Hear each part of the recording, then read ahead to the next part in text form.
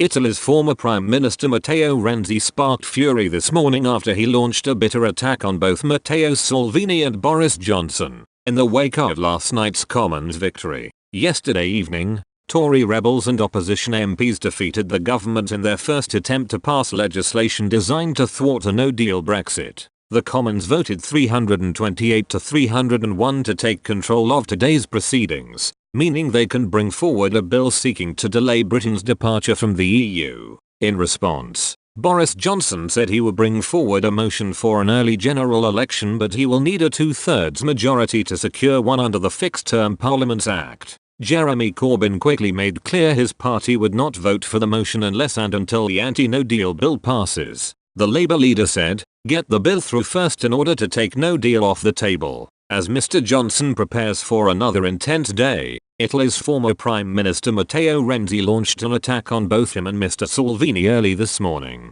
The one-time darling of the Italian centre-left hailed last night's result in the House of Commons, writing on Twitter, "The UK and Italy have shown in the past few hours that our institutions are a serious thing, stronger than both Boris Johnson and Salvini. Parliaments 2, Populists 0. The tweet was met with widespread criticism, though, referring to Italy's newly formed coalition between Five Star and the Democratic Party, PD, Mr. Renzi's party. One commentator wrote, "Can I point out that you have just formed a government with the most populist party ever seen in the Western world? Or is it a contradiction too obvious to be recognized?" Another said, "Our institutions have shown that they are prepared to ignore 17.4 meters voters and burn their ballot papers. Parliament 1 versus People 0. A third one added, "But the actual people who by a majority voted for Brexit score 0. That's not democracy. That's self-willed politicians doing what they personally want, not what they were rejected to do.